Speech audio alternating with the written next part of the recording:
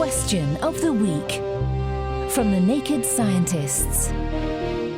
Hello and welcome to Question of the Week. I'm James Titko.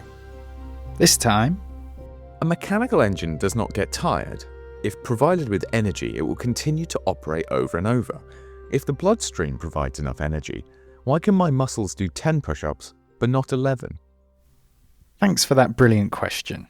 You're right that muscles work differently from machines.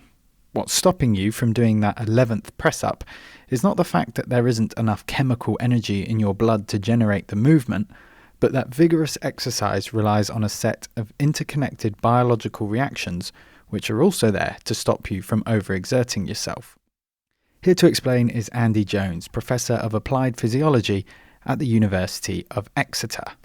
Yeah, so the first thing that happens is obviously when muscle contracts, it requires energy to do so. And we have a source of energy within our muscles called ATP, adenosine triphosphate. It's what we call a high energy phosphate. And so you've got adenosine bound to these phosphates, essentially. And when you cleave one of those off, it releases a bit of energy. So when you immediately start to perform exercise of any type, your small pool of ATP breaks down. So ATP becomes ADP, adenosine diphosphate, and you get an inorganic phosphate that comes off, and that gives a bit of energy to allow the muscle to contract. What you want to do is keep replenishing that ATP because we only have a very, very small amount of it. So you have to have some there for immediate purposes, but then we have to have systems in place that enable us to regenerate or resynthesize that ATP. ATP is crucial for keeping us, and all life for that matter, alive. If you were to run out of it, your cells would die. This means that even when you're completely exhausted, the ATP concentration in your muscles only falls to 90% of what it is at rest. Most ATP comes out of a reaction involving glucose, oxygen, and other molecules in our mitochondria, but vigorous exercise leads the body to find other ways to generate this crucial chemical. We have another high-energy phosphate source within our muscles called phosphocreatine, abbreviated to PCR. And again, we haven't got a lot of that, but we've got enough just to buy us a bit more time. So the phosphocreatine splits into creatine, and again, this inorganic phosphate, this phosphate ion, that generates some energy, and that energy is used to get the ATP back together. So that's your second energy source. There's a third one called anaerobic glycolysis, and that does rely upon the breakdown of carbohydrate. Glycogen gets broken down and it's used in a system which generates lactic acid. This intricate sequence of reactions allow you to perform bursts of energy-intensive exercise. They do also, however, have byproducts which act to clog the gears of this short-term system. Yeah, they do indeed. So I mentioned this inorganic phosphate, which gets abbreviated to PI.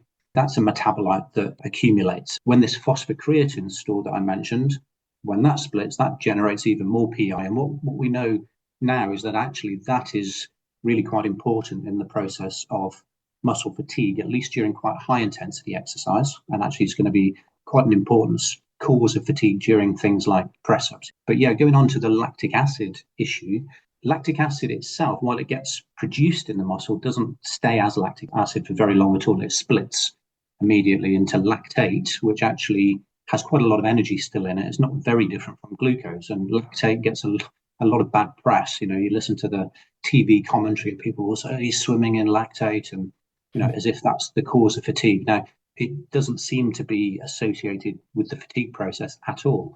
However, the hydrogen ion that gets produced simultaneously, that is a problem, because if your hydrogen ion concentration goes up, that's the same as the pH in your muscle going down. So essentially you're becoming more acidic.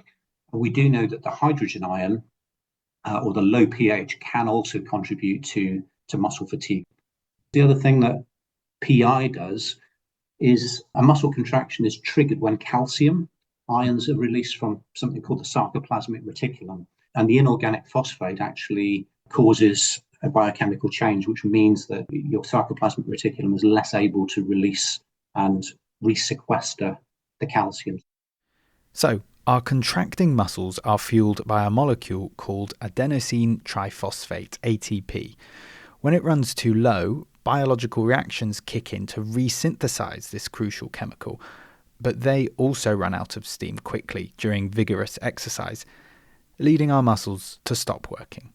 Many thanks to Andy Jones, Professor of Applied Physiology at the University of Exeter, for his help with that question.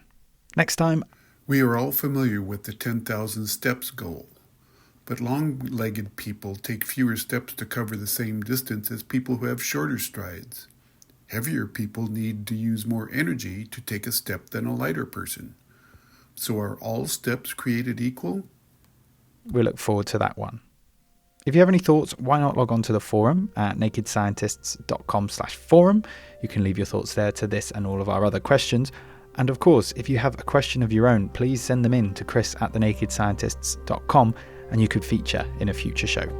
Until next time, from me, James Titko, thanks for listening and goodbye. Question of the Week is part of the Naked Scientists podcast. Look us up online at nakedscientists.com.